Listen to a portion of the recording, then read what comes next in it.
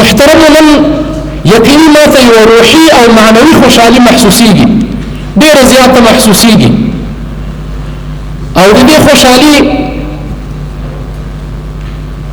د دې حق به په دې پوره کړم چې الله پاک دې جناب شیخ صاحب ته وزیر صاحب ته د دنیا او آخرت سعادتونه نصیب کړي چې دغسې یو ماحول یې جوړ کړی او همیشه یې جوړوي چې د دنیا د کفارو د لسګونو د سلونو کلونو خوارۍ په دغسې مجالسو باندې هغه ختمیږي او د هغوی هغه کوم فریبونه چې دي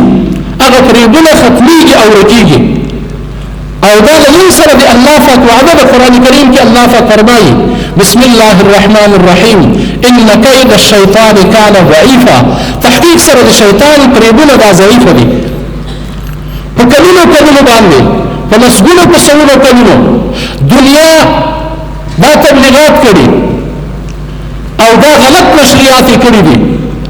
او دا یو غلطه مفکوره جوړه کړي چې طالب او محصل د پوهنتون زده کوونکی او د مدرسې زده کوونکی دا سره وران دي او باید سره وران دي ځکه محصل د دین پابندي نه کوي محصل ته په خیال کې دا ورکوي چې طالب هغه له عصري علومونه لرې ده ملا له عصري علومونه لرې ده ملک شاته پرېږدي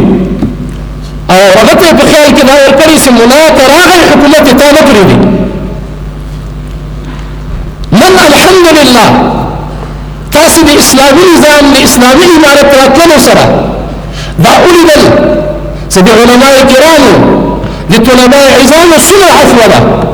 څومره شفقت ده او څومره د خلکو سره همدردي ده او هر چاته د خپل انسانیت د خپل کمال حقوق دوی ورکوي